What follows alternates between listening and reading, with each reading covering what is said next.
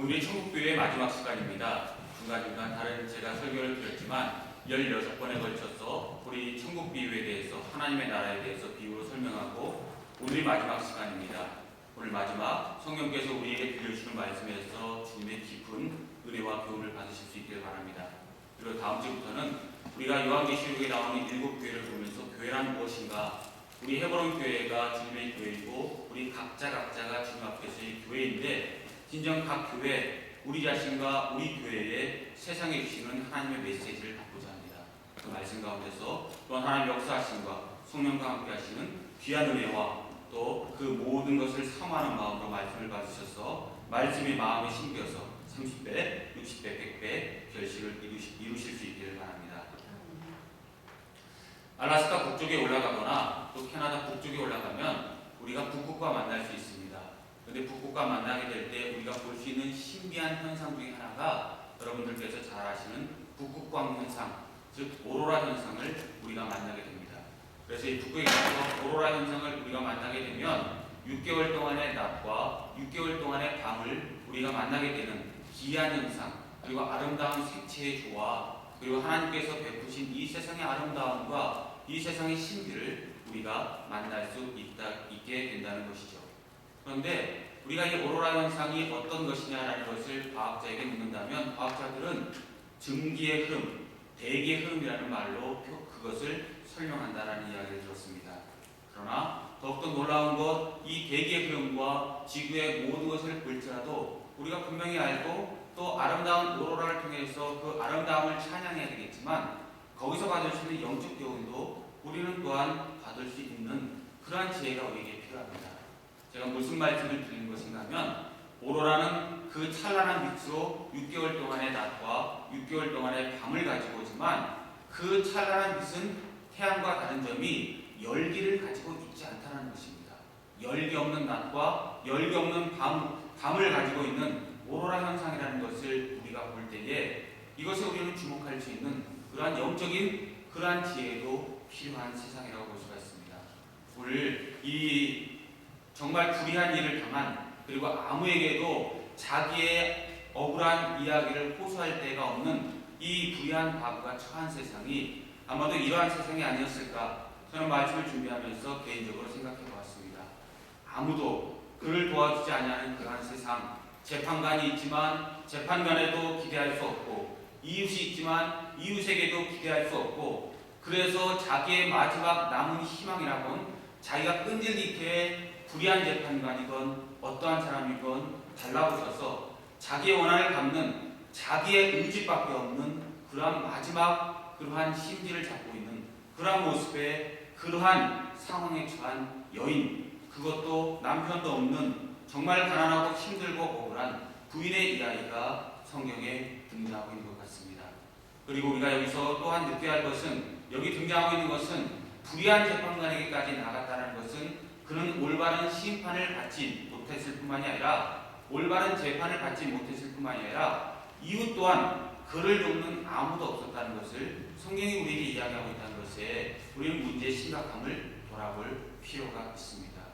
왜냐하면 이 이스라엘 사람들은 하나님께서 지배하시는 하나님의 나라 백성들이었기 때문에 모든 재판을 할 때 재판관도 당장 달려가는 그런 사회 시스템과 또 법률 시스템을 갖고 있지 않았기 때문에 저는 이웃이 없다라는 말씀을 성도님에게 말씀드리고 있는 것입니다.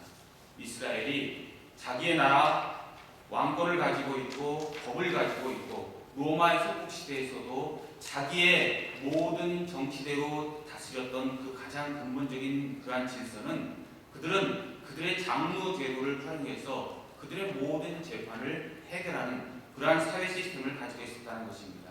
그들이 사회생활하면서 그들이 이웃과 살아가면서 어려운 일을 당하면 이스라엘 사람들은 그것을 가지고 이 성문에 달려가거나 아니면 저작거리로 나갑니다.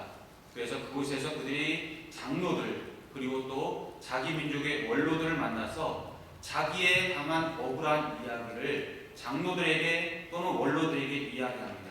그러면 그 장로들은 또 원로들은 그 억울함 당한 사람의 이야기를 듣고 때때로는 피고와 원고를 불러서 함께 이야기를 듣고 더 나아가서 때때로는 각 사람을 뒷받침할 수 있는 증인들까지 불러다가 가부간에 어떤 사람이 옳고 어떤 사람이 그른지에 대해서 판단을 내림으로 이스라엘의 모든 민족의 재판이 끝나게 되고 그들은 로마 법적으로 나아가지 않습니다. 그것이 이스라엘 사람들의 일반적인 그러한 분쟁에 대한 해결이었습니다.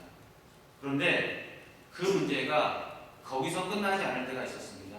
왜냐하면 이 자기가 다른 사람을 고발해야 되는데 그 사람이 아주 심한 권력을 가지고 있는 사람이라고 할지 아니면 또 두 사람 간의 의견이 너무 팽팽해서 어느 쪽 한쪽에 손을 들어줄 수 없는 그러한 난감한 그러한 지경에 처한 문제일지 아니면 더욱더 심각한 사회와 국가와 민족의 근본이 되는 그러한 문제가 원로들에게 올라오게 되면 그 문제를 원로들이 장로들이 해결하지 못하는 그런 경우가 종종 생기게 되었습니다. 그때서야 어쩔 수 없이 이스라엘은 그 모든 문제를 가지고 로마 법정으로 나아가서 재판을 받게 됩니다. 그런데 그들이 로마 법정으로 가지 않았던 그러한 이유는 로마와 이스라엘은 근본적으로 다른 나라이고 법정에서는 재판관들이 어떤 사람인가 하면은 로마 시민권을 가지고 있는 사람이고 로마 백성들이었습니다. 그리고 그들은 이스라엘의 그러한 모든 문제에 대해서 심각하게 자기 나라의 일이 아니기 때문에 관여하고 싶은 마음도 없었고 적당히 순회 재판관이 되었건 대도시에서 머물면서 재판을 하는 재판관이 되었건 적당히 뇌물을 받고 옳은 게 옳고 뭐 좋은 게 좋고 나쁜 게 나쁜 것이라고 적당히 그런 재판을 진행하는 것이 그 당시의 관행이었습니다. 그래서 돈 없는 사람, 불쌍한 사람, 억울했던 사람은 아무리 재판장에 가더라도 공정한 재판을 기대할 수 없는 그것이 그 당시의 상황이었습니다. 이만큼 이 과부는 어려운 환경에 처했습니다. 그리고 이웃에게도 같은 민족에게도 도움을 받지 못하고 결국 기대치를 별로 가질 수 없는 소수점 또는 1, 2%의 가능성을 가지고 있는 로마 법정에까지 나아가서 자기의 문제를 지금 그에게 풀어달라고 제시하고 있는 것입니다. 그런데 이 여인의 모든 문제는 우리가 주목할 것은 이 여인이 어려운 환경을 가지고 있었다는 것과 더불어서 우리가 그 여인에게서 배워야 할 것은 그녀는 의지력을 가지고 있었다는 것, 그것은 우리가 배워야 할 그런 면이고 주님께서 그 면으로 우리에게 말씀의 교훈을 주고 있는 것입니다. 이 여인은 결코 포기하지 않았다는 것입니다. 어떠한 환경, 어떠한 여건, 누가 자기 편이건 자기가 이길 확률이 있건 그렇지 않냐건 끝까지 나아가는 그러한 의지를 보여서 로마 재판관까지 가고 재판관을 붙들어서 밤낮으로 그를 붙들고 그의 바지가랑이를 붙들어서라도 자기의 문제를 해결하겠다는 의지력을 보이는 그러한 여인이었다는 것입니다. 왜 그랬을까? 왜 이렇게까지 마지막까지 여인이 목숨 걸고 이 재판관, 기대할 수 없는 로마 재판관에게 이렇게 자기 모든 것을 목숨 걸고 매달렸을까? 라는 문제까지도 우리가 한 번 더 생각해 볼 수 있습니다. 그것은 아마도 이 여인이 정말 너무나도 억울해서 자기가 처한 환경이 그저 가부간의 돈 몇 푼으로 끝나는 일이 아니고 자기 생사를 가름하는 그런 중요한 일이었기 때문에 이 여인이 포기하지 못했을지 모르겠습니다. 어쩌면 더 나아가서 상상력을 우리가 발휘해 볼 때 이 문제는 이 여인이 어쩌면 자기 자신이 과부가 될 수밖에 없었던 그 일과 연결된 그 문제일지도 모르겠습니다. 그래서 이 여인은 이후에 어찌되었건 자기 목숨을 걸고 끝까지 재판관을 따라다닙니다. 밤낮으로 쫓아다니고 재판관을 따라다니고 평결한 곳에 모든 것을 따라다녀서 이 하나님을 무시하고 사람들을 무시하고 뇌물을 받지 않으면 올바른 판단을 내리지 아니하는 이 재판관을 물고 늘어져서 이 재판관의 변화를 유도하는 마지막 그러한 승부수를 던집니다. 그랬더니 놀라운 것은 이 여인이 이 일을 통해서 기적을 일으켰다는 것을 본문에서 우리는 깨닫게 된다는 것입니다. 어떤 기적을 일으켰는가? 도무지 어떤 것으로도 하나님의 이름으로도 움직일 수 없었던 그 재판관을 이 여인이 움직였다는 것입니다. 여기 보면 5절 말씀 보면 이 과부가 나를 번거롭게 하니 내가 그 원한을 풀어주리라. 그렇지 않으면 늘 와서 나를 괴롭게 하리라. 나를 번거롭게 하니 이 말씀을 원어의 표현으로 보면 눈밑을 때린다 라는 그러한 단어의 의미성을 가지고 있습니다. 날마다 와서 내 눈빛을 찌르고 내 눈을 찔러서 내가 견딜 수가 없어서 도무지 이 여인을 내가 상대하지 않으면 내 목숨이 죽을 것 같아서 정말 내가 힘들어서 밤잠을 자지 못할 것 같아서 이 여인의 의견을 들어주겠다라는 그러한 생각으로 재판관이 마음을 돌리게 됐다는 것입니다. 돈 아니면 움직일 수 없었던 그 사람이 이 끝까지 내어 달렸던 이 여인의 기적 같은 그러한 믿음과 기적 같은 그러한 의지를 가지고 이 재판관을 돌렸다는 것에서 우리는 하나님 앞에서 교훈을 받아야 합니다. 세상의 모든 것은 의지가 없는 사람들이 이끌어가는 것이 아니라 비전과 의지가 있는 것이 세상을 바꿔나가는 것을 우리 너무나도 잘 알고 있습니다. 그러므로 세상을 변화시키는 것은 아무 생각이 없는 무지한 다수가 아니라 늘 창조적인 생각을 가지고 있는 소수다라는 말은 주님 오실 그날까지 우리에게 영원한 진리가 될 것입니다. 저는 저와 이곳에 계신 모든 하나님의 백성들, 성도님들께서 정말로 가부간의 판결을 내리기 어려운 어떤 것이 정의이고 어떤 것이 사랑이고 어떤 것이 은혜이고 어떤 것이 하나님이 밝히 우리에게 증거하는 증거인가 그거에 대해서 점점 혼탁한 정말 무엇이 옳고 무엇이 그른지에 대해서 우리의 지혜로 우리의 지식으로 결정할 수 없는 수많은 일들과 우리가 만나게 되지만 그럼에도 불구하고 우리가 생각할 것은 우리는 생각을 멈출 수 없다는 것입니다. 생각을 멈추지 말아야 한다는 것이고 하나님께서 우리에게 주시는 말씀을 깨닫고 우리 생각이 아니라 우리가 하나님의 백성이고 언젠가 하나님과 함께하고 하나님과 만나고 하나님 앞에서 부끄럽지 않냐는 그러한 삶을 사람들하고 고백하길 원하는 그러한 마음이 있다면 분명히 우리가 영의 눈을 뜨고 육의 눈을 뜨고 우리가 어떤 것에 대해서 정말 고민하되 올바른 판단을 내리도록 노력하는 것 그리고 옳은 일에 대해서 하나님의 사랑에 대해서 하나님의 은혜에 대해서 우리는 결코 포기하지 않는 그러한 인생을 살아야 한다는 것입니다. 그런데 더 중요한 것 예수님께서는 이 의지에 대해서 이야기하는 데서 모든 것을 끝내지 않았다는 것이고 오늘 말씀에 그 더욱더 깊은 영적인 진리는 이것을 통해서 예수님은 우리 영적인 기도 생활에 대해서 이야기하고 있다는 것입니다. 기도란 무엇이냐? 라는 것을 물으실 때 예수님께서는 인간의 의지를 통해서 예를 들어서 사람들 마음을 파고들었지만 결국 예수님께서 하고 싶었던 이야기는 세상의 의지도 세상을 바꾸는 그러한 기적을 일으키는 그러한 의미성을 가지고 있는데 하물며 하나님 앞에 기도하는 영적인 우리의 노력과 우리의 삶과 하나님 앞에 드리는 우리의 모든 그러한 영적인 헌신과 은혜가 하나님을 변화시켜서 세상을 변화시키지 아니하겠는가 라는 것을 이야기하고 있다는 것입니다. 세상 사람들도 노력해서 무엇인가 이러는데 하나님의 백성인 우리는 더욱더 하나님 앞에 기도함으로 온전한 것을 이룰 수 있어야 되지 않냐입니다. 예수님께서 우리에게 물으시고 성령님께서 지금 우리에게 묻고 계신 것입니다. 그렇습니다. 우리는 예배드리는 근본 목적과 말씀과 기도를 이야기하는 근본 목적은 하나님 앞에 올바로 나가서 하나님의 은혜의 결실을 걷고자 하는 그곳에 있는 것이고 그 은혜를 우리가 누려야겠다는 것입니다. 그리고 이것을 주님께서 기다리고 계신다는 것이고 이것을 하나님은 우리에게 기대하고 계시다는 것입니다. 그리고 더 나아가서 기도가 무엇입니까? 라고 물을 때에 예수님은 마지막 8절에서 결론적인 부분에서 더욱더 확실한 말씀으로 우리가 끊임없이 기도해야 될 것에 대해서 이야기합니다.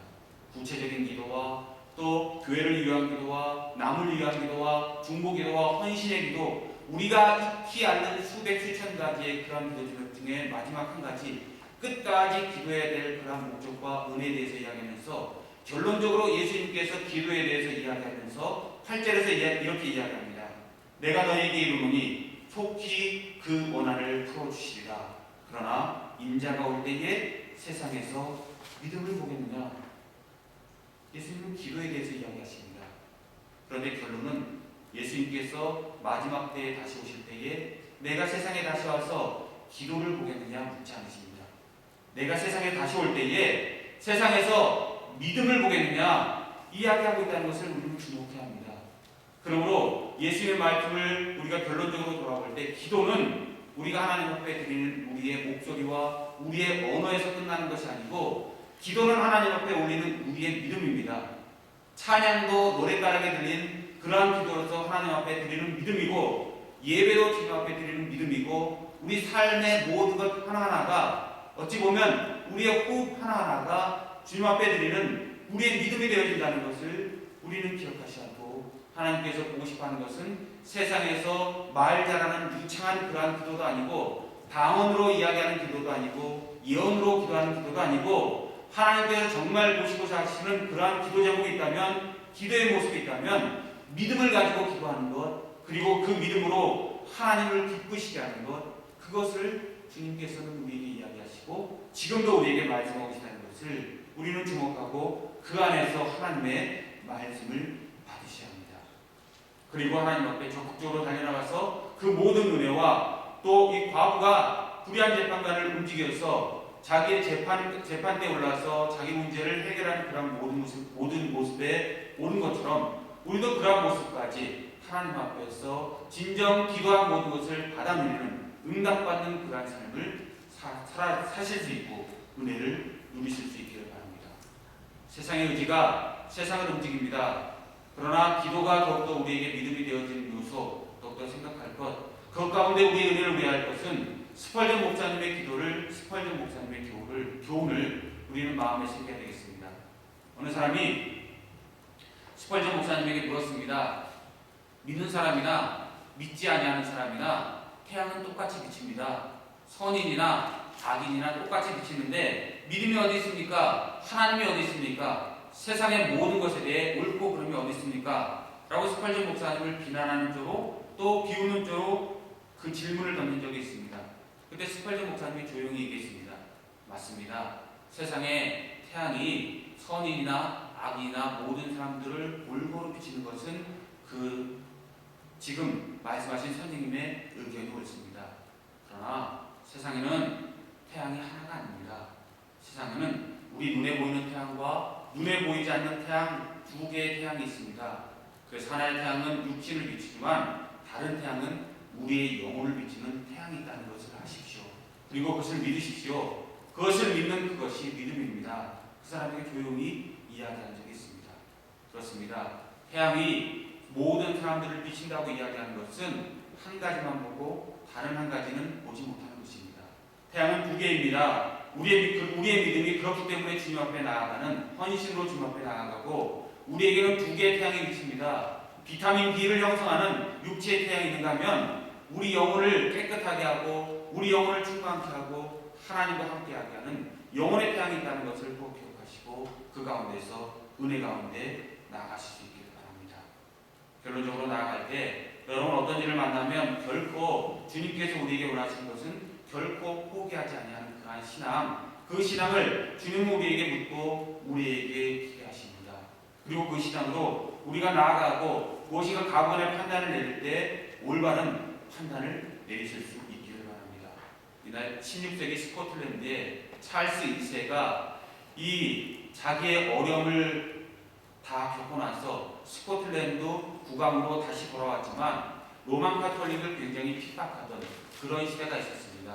그의 뜻에 맞지 않는다고 로만 카톨릭을 핍박해서 모든 사람들을 다 물리치고 모든 사람을 죽여서라도 자기의 정권을 강화시키겠다는 그러한 모습을 보이는 로만 카톨릭의 박희기가 있었습니다.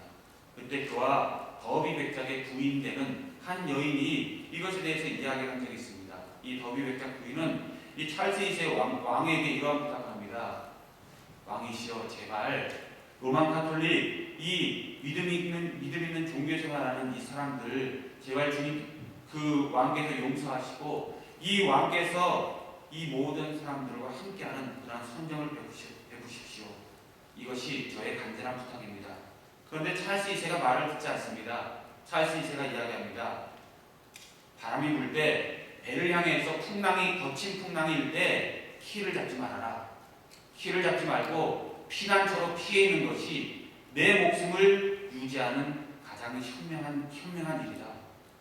왕은 분명히 자기 앞길을 막으면 너 또한 처단하겠다라는 강력한 의지를 보였는데 이 조용하고 정말로 하나님 앞에 순진했던 그리고 하나님 앞에 온건했던 이 더비 백작 부인은 이때만큼은 분명히 이야기했다고 합니다. 왕이시여, 그것은 옳지 않습니다. 풍랑이 있고 어려움이 있다고 하더라도 진정한 성장은, 진정한 그런 나라를 사랑하는 백성은 피난처로 피해서 숨지 않습니다. 명예를 위하여 키를 잡고 풍랑을 거쳐나가는 그러한 명예로운 싸움을 선택하지 다른 어떤 것도 비겁한 짓이고 올바르지 못한 것이 될 것입니다. 피난처로 피해서 내 목숨만 살려라 라고 이야기하는 것을 저에게 거두십시오 라고 이야기했다는 것입니다. 싸움과 은혜 가운데 우리는 날마다 모든 것의 99.9%는 은혜를 선택해야 되지만 성과 악의 싸움에서 우리는 물러설 때가 없을 때는 하나님의 편에 설 수 있는 그러한 마음으로 우리가 얻을 수 있어야 할 것이고, 하나님은 그것을 우리에게 믿음이라고 이야기하신다는 것도 또한 마음에 깊이 새기실 수 있기를 바랍니다. 어느 한쪽 편만 일방적으로 들라는 그런 이야기가 아니고 세상을 살아갈 때 옳은 것과 올바르지 못한 것이 교회 안에서나 밖에서나 우리 가정에서나 우리 자녀의 문제로 파생돼서 그 문제에 판단을 내리는 그 순간만큼은 판단을 내릴 수 있는 그런 모습도 보이셔야 된다는 것입니다. 신학적으로 볼 때 유신론과 무신론이 있습니다. 하나님을 믿는 유신론은 신에 대해서 예스로 이야기하고 무신론은 신에 대한 물음에 대해서 노로 대답합니다. 그런데 불가지론자가 있습니다. 그분들은 I don't know로 대답합니다. 내가 아는 데까지만 이야기하고 그 이상은 이야기하지 않겠다는 것입니다. 현대 수많은 지성들이 지금도 이 길을 따라가고 이 문제, 이 과거의 문제를 들어서도 현대 지성들이 이야기하는 것은 너희들의 문제는 너희들이 풀고 나는 내 길을 가겠다, 나는 중립을 지키겠다 이야기하는 그런 모습을 보일지도 모르겠습니다. 그러나 불가지론자가 세상의 모든 죄와 세상의 모든 은혜와 세상의 모든 싸움을 그치는 그런 모습을 보인다라고 믿을 수 있고, 때때로 그들로 인해서 세상이 평화로워질 수도 있지만 영적으로 볼 때 우리가 불가지론의 그런 위험성도 같이 마음에 품으셔야 합니다. 쉽게 분내는 것, 쉽게 어느 한편으로 우르르 몰려가서 모든 것에 판단 내리는 것도 옳지 않지만 어떤 면에 있어서 나는 모르겠다라고 뒷짐지고 뒤로 빠지는 것도 때때로 옳지 않을 수 있다는 것도 성도님들은 모든 문제를 만날 때 기억하실 수 있기를 바랍니다. 나는 모르겠다라는 불가지론자들의 그러한 위험성 중에 하나는요, 그들이 말하는 모든 것, 선과 악의 모든 문제, 동성애에 대한 모든 문제, 또 삶의 모든 문제에서 그들이 뒷짐지고 빠진 것을 그들은 모든 사회에 대한 그러한 헌신이라고 이야기하지만 그 모든 사람들이 다 불가지론에 빠지게 되면 사회는 혼란에 빠지게 됩니다. 그래서 홉스는 이런 이야기를 합니다. 모든 사람들이 다 불가지론에 빠지게 되면 더 이상 예술도 없을 것이다. 더 이상 음악도 없을 것이다. 더 이상 사회도 없을 것이다. 그 이야기는 불가지론자들이 모든 것에 대해 주도적인 세력이 된다면 모든 사회에 대한 믿음과 사회에 대한 조직과 모든 것에 대해서 모든 것이 붕괴되어진다는 것에 우리는 그 위험성을 같이 인식하셔야 된다는 것입니다.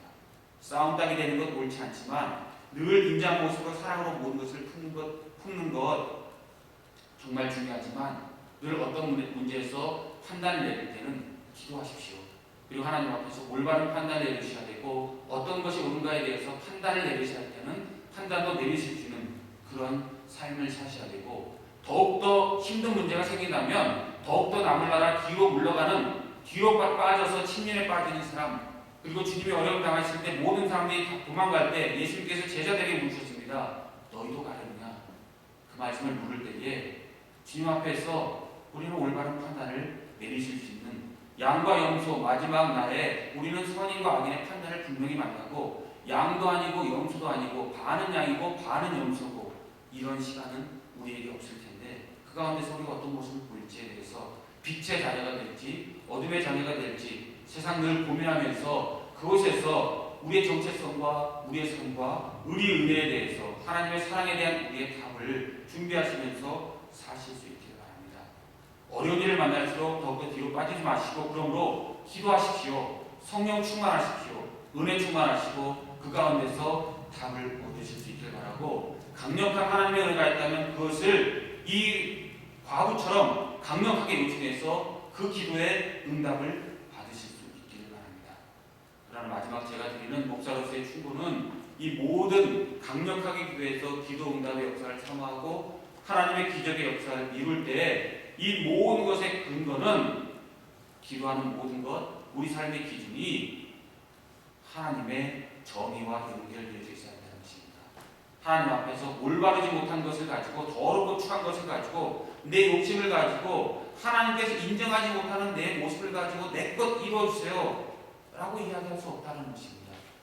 올바른 것에 서서 하나님은 공의 하나님과 사랑의 하나님이신데 하나님의 공의의 거울에 비추어서 내 모습이 부끄럽지 아니할 때 하나님의 사랑에 우리가 온전히 매달려서 목숨 걸고 기도하셔서 기도하는 모든 것을 얻으실 수 있길 바랍니다. 그래서 주님께서 우리를 볼 때 기도의 사람, 믿음의 사람, 빛의 자녀라는 그러한 세 마리 토끼를 함께 잡으실 수 있길 바라고 그것이 우리 교회와 우리 성도님과 제 자신의 은혜가 될 수 있기를 바랍니다. 오른편에 서서 기도하시면 하나님께서 반드시 응답해 주십니다. 우리의 모든 억울한 것에 원한을 갚아주실 것이고 우리 모든 삶에 답을 줄 것입니다. 이 세상 모든 혼탁한 세상에서 우리의 갈 길에 빛으로서 등불로서 우리 삶을 비출 것입니다. 우리 자녀를 비출 것입니다. 우리 앞날을 비출 것입니다. 그 은혜를 온전한 주님과 함께하는 공의 안에서 주님 앞에 부끄럽지 아니하는 우리의 모습에서 우리의 자녀에게 부끄럽지 아니하는 그런 모습과 우리 스스로 성경 말씀에 비추어서 부끄럽지 않은 그런 모습에서 기도하셔서 온전히 응답받으실 수 있기를 바라고 하나님 위의 것이 우리에게 주인이 되는 것이 아니라 하나님만이 우리의 주인이 될 수 있기를 주님의 이름으로 축복합니다. 우리 찬양하시고